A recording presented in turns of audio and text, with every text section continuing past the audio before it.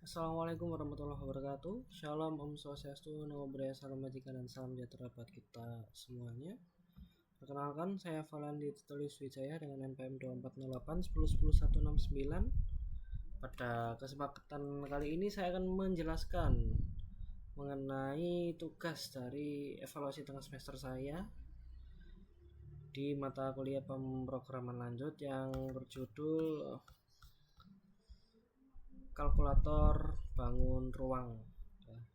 Kenapa saya membuat ini? Karena saya juga dulu pada saat SMP dan pada saat SD sebenarnya saya itu sangat kesulitan sekali untuk menghitung bangun ruang. Jadi dengan adanya kalkulator ini saya bisa kayak mereminder juga bahwasanya dulu saya tidak bisa apa-apa dalam hal matematika, dan sekarang ya sampai membuat aplikasi seperti ini ya juga terinspirasi saya seperti itu. Selain itu juga perhitungan manual volume luas bangun ruang itu juga saya juga sering kali lihat bahwasanya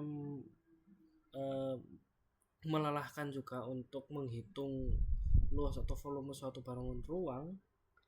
Jadi ya saya itu juga terinspirasi untuk membuat kalkulator ini. Dan fokusnya di sini sebenarnya bukan dalam kalkulatornya ya, tapi lebih ke implementasi rekursif dan iteratif seperti itu. Jadi mungkin saya mulai fitur-fitur utamanya, yaitu ya teman-teman bisa menghitung seperti hitung bangun ruang pola, tabung, kerucut, kubus, dan balok.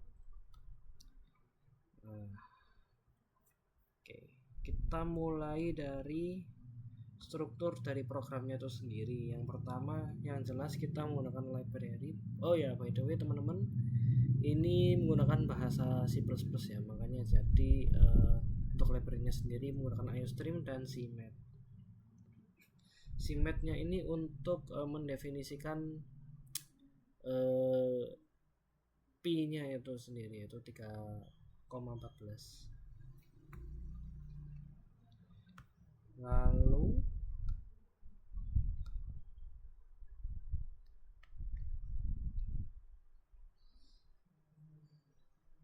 saya akan menjelaskan mengenai rekursif terlebih dahulu. Jadi untuk rekursif sendiri merupakan penyelesaian masalah dengan cara fungsi memanggil dirinya sendiri. Fungsi rekursif juga untuk memecahkan masalah besar menjadi versi yang lebih kecil dari masalah yang sama.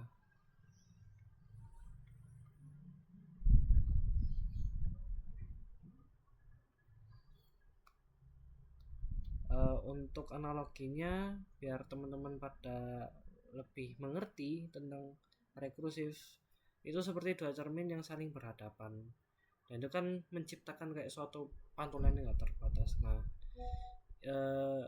sifat dari rekursif itu sendiri seperti itu. Kemudian untuk iteratif sendiri, ini sebenarnya hampir sama seperti rekursif teman-teman, cuman dia menggunakan looping.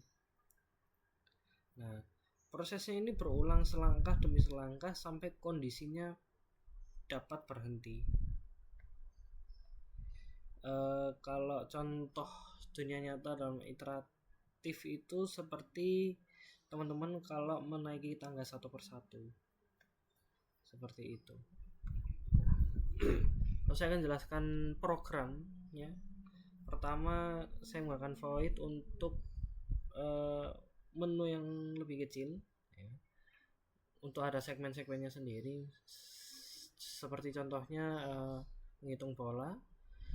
Menggunakan Noble R ini melambangkan variabel yang melambangkan jari-jari. Nah, di sini ada cout, nanti user diminta untuk memasukkan jari-jari. Nah, untuk for recursive sendiri saya gunakan untuk perpangkatan. Jadi kalau misalnya teman-teman lihat program saya itu ada kayak rekursif, itu rata-rata itu untuk menghitung kayak perpangkatan seperti itu. Ada double R2, ini maksudnya kuadrat, kalau ini R pangkat 3 atau R dikali 3 seperti itu. Lalu untuk bola sendiri itu mempunyai rumus untuk luasnya ya. Untuk luasnya itu 4 dikali pi atau 22/7 atau 3,14 dikali dengan R kali R atau R kuadrat. Lalu untuk volumenya sendiri ada 4/3 dikali 22/7 atau 3,14 dikali R pangkat 3. Nah, nanti setelah user memasukkan jari-jarinya, otomatis volume, luas dan volumenya itu sendiri bakal langsung muncul. Bisa dilihat kayak STD Cout, luas permukaan bola sama dengan bla bla bla, luas volume. Lalu saya menambahkan satuan persegi dan satuan kubik. Satuan persegi untuk luas dan satuan kubik untuk volume. Seperti itu. STD round. Nah, mungkin teman-teman bertanya-tanya, loh, ini buat apa STD round? STD round ini pada intinya adalah untuk membulatkan hasil. Untuk membulatkan hasil, kan di sini kayak ada koma-komanya itu. Jadi biar komanya nggak terlalu panjangan, saya menggunakan STD round ini untuk membulatkan hasilnya. Yang pastinya itu kalau 5 ke atas itu hasilnya kayak ditambah 1. Kalau 4 ke bawah itu kayak gak tertambah seperti itu. Lalu mungkin begitu juga sama program-program yang saya buat atau bangun ruang yang saya buat ya. Seperti tabung seperti ini. Lalu untuk kerucut juga seperti ini, kubus dan balok. Nah, untuk yang balok ini jujur kabut ya, karena ini salah satu-satunya yang tidak menggunakan power rekursive atau power iteratif, karena di rumusnya itu dia nggak menggunakan perpangkatan. Karena untuk volume sendiri ya juga ini panjang kali lebar kali tinggi, untuk luasnya juga 2 kali panjang lebar, panjang tinggi, dan tinggi lebar. Seperti itu. Mungkin kita bisa coba untuk programnya sendiri.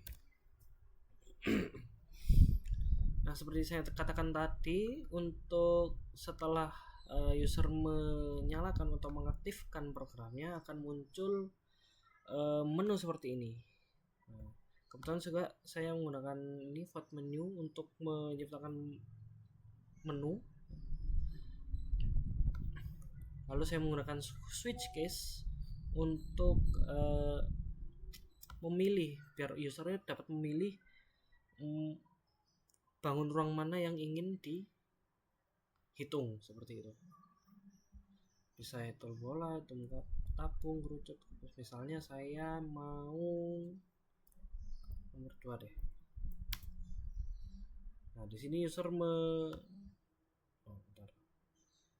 di sini user diminta untuk memasukkan jari-jari yang diinginkan. Misalnya saya memasukkan angka 14. Lalu user juga diminta untuk memasukkan tinggi. Nah, misalnya saya untuk tingginya saya memilih angka 20. Nah, langsung muncul teman-teman. Luas permukaan tabung adalah 2991 satuan persegi, dan volume tabung adalah sekian satuan kubik.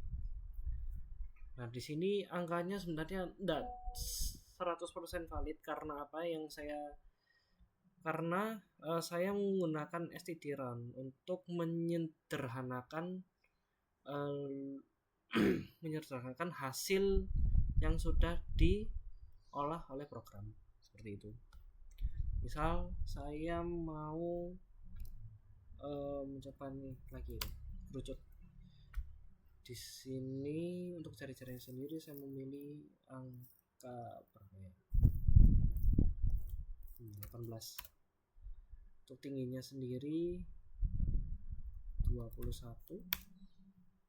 Maka akan muncul luasnya ini berapa dan untuk volumenya juga berapa. Ini yang terakhir kita ke nomor 4 yang paling sederhana. Di sini user diminta untuk memasukkan panjang ruasnya, yaitu karena kubus ya. Kalau kubus itu sifatnya memang untuk semua ruasnya sama, jadi data yang akan diolah itu ya angka itu sendiri yang dimasukkan oleh user, misalnya 12. Bisa dilihat luas permukaannya ada 864 satuan persegi dan untuk volumenya adalah 1728 satuan, seperti itu. Oke, itu mungkin program yang saya buat mengenai kalkulator bangun ruang yang memiliki power rekursif dan power iteratif. Semoga video ini menjadikan manfaat bagi teman-teman semuanya. Saya akhiri, terima kasih sudah menonton, mohon maaf ya ada salah kata. Assalamualaikum warahmatullahi wabarakatuh.